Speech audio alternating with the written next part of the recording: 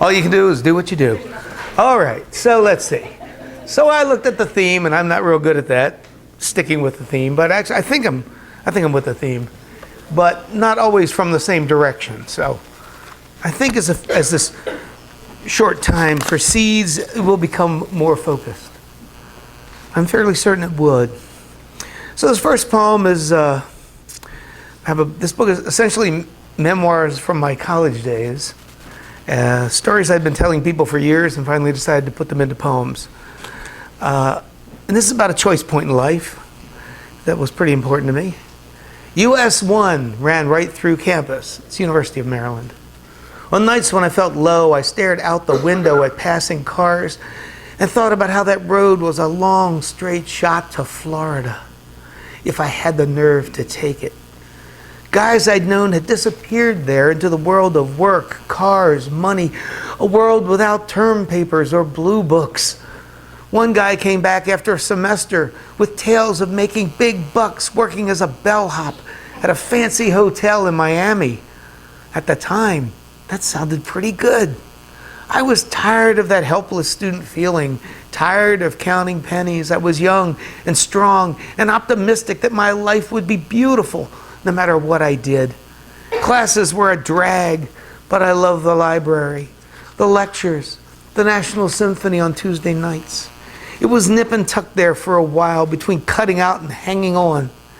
Then I met Nanya and fell in love. It was a grand, passionate love, the kind filled with continual fulfillments. You know the rest. She changed my life. US 1 became irrelevant. I hung on.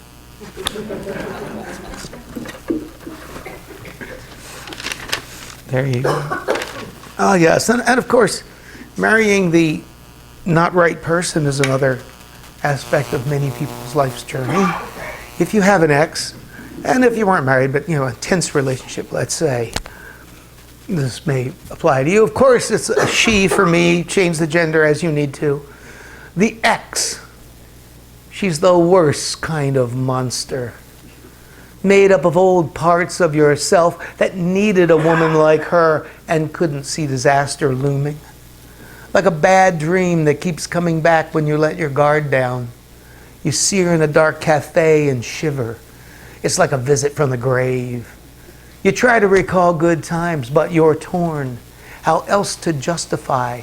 How else to move on? You've gone back to your old brand of toothpaste, but you still wear shoes you wore with her and drive the same car.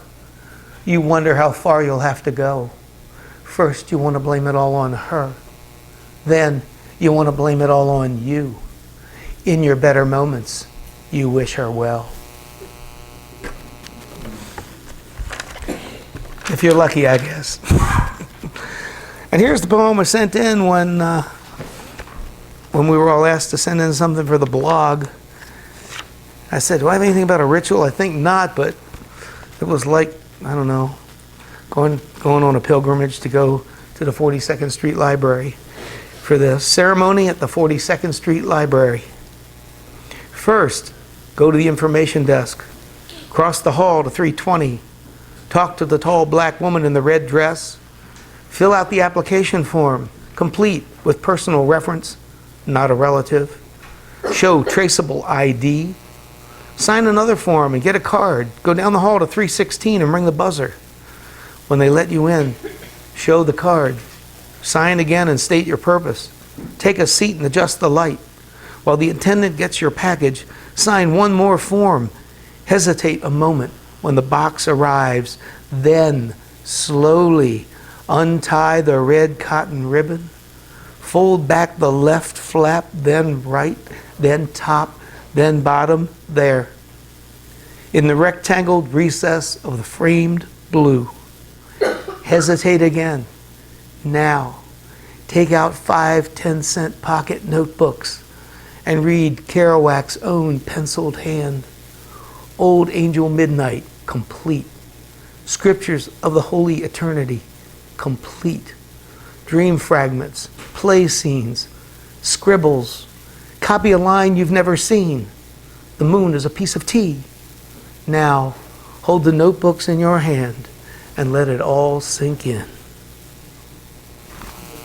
Later, I did see The Moon is a Piece of Tea somewhere published in a book, so probably one of those posthumous things they keep digging up, you know.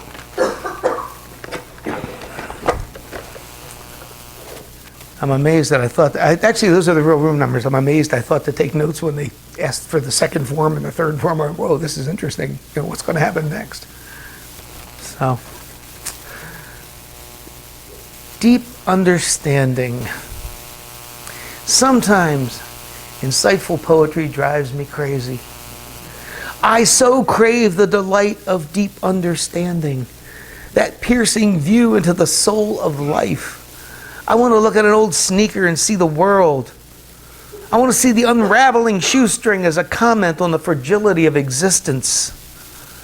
What meanings lie buried in this old black recliner with its armrests covered in duct tape? Or in the empty guitar stand? Or the phone that doesn't ring? Or the old Remington under its t-shirt dust cover on the typewriter stand? Joy Harjo said she had some horses. Well, I've got some rock and roll records. Do you get my drift? Allen Ginsberg wrote about a green car. Well, my car is green and the heater doesn't work. I even own a red wheelbarrow. It has a flat tire, and that is not a joke. I did not make that up. It's a fact.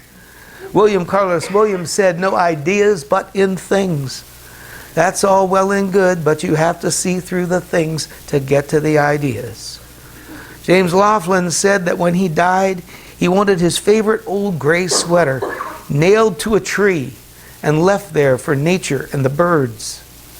Now that he's dead, I sometimes wonder about that sweater. Do you get my drift?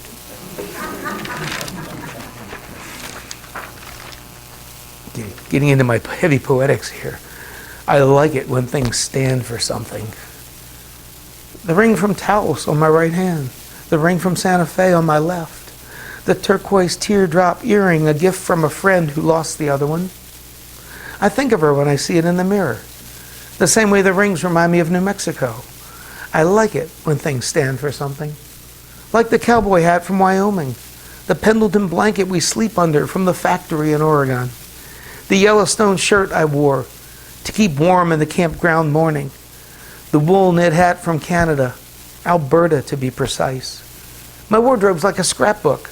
You wouldn't know it to see me, but I'm swathed in memories. For a while, even my underwear was a story. A road trip when I was too lazy to wash clothes and just bought another six-pack of a brand I don't usually wear at a store where I don't usually shop because it was the cheapest thing I could find. Walmart in Albuquerque. I confess, I went to Walmart. Okay. In terms of a journey, I suppose, I like to think this next poem has something to do with where I am because it's kind of recent. So I'm going to do this and then some poems from the new chapbook just out, Cold Mountain 2000, Hanshan in the City. Hanshan is 5 minutes long and this one's about 2, so I think I'm good. Excellent. All right. This is called The Music of the Universe. The music of the universe is everywhere. But you hear it best at places like the beach, in ocean waves, that sweet, low monotone, like a hum and a heartbeat, all in one. I heard it once in the trees, in Alberta. It sounded like a steady rain, but it was the pre-dawn wind shushing the cottonwoods.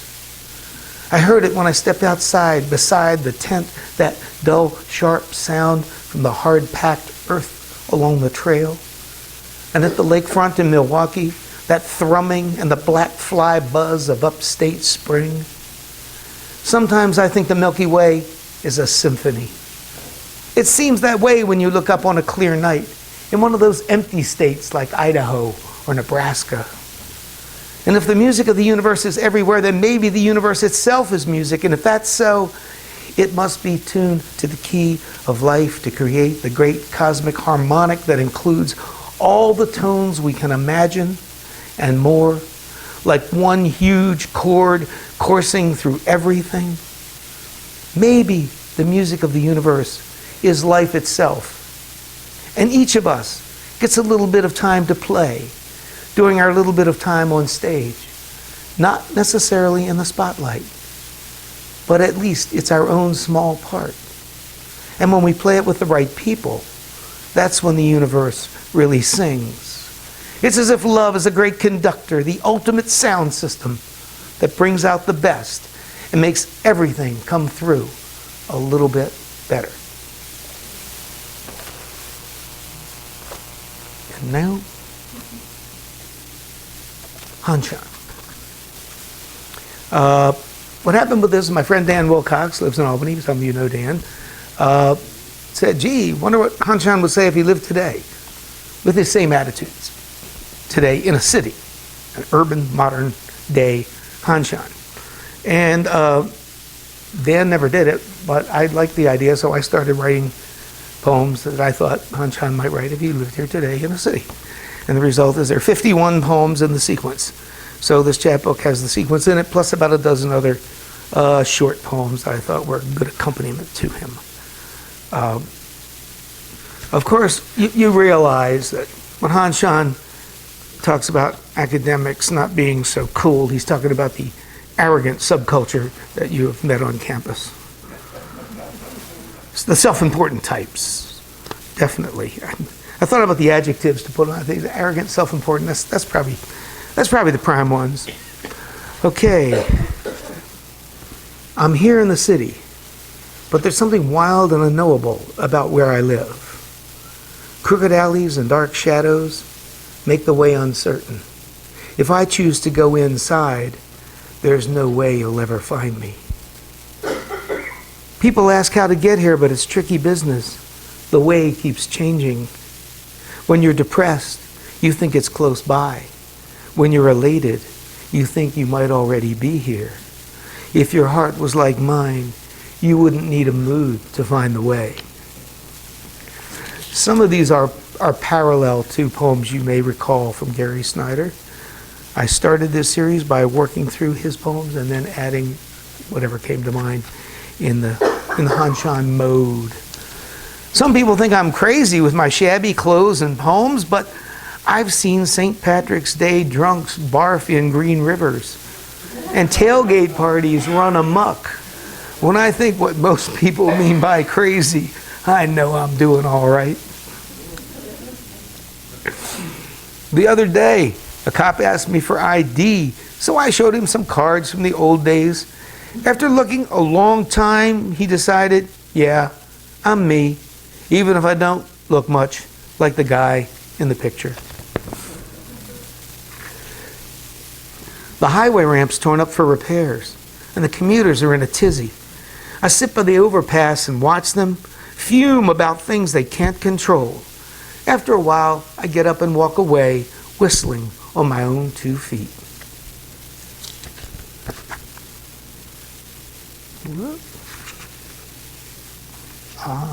A big-time scholar told me my poems are too thin and lack flights of fancy. I laughed and told him he should know better. If he's looking for word games, he should have stayed on campus.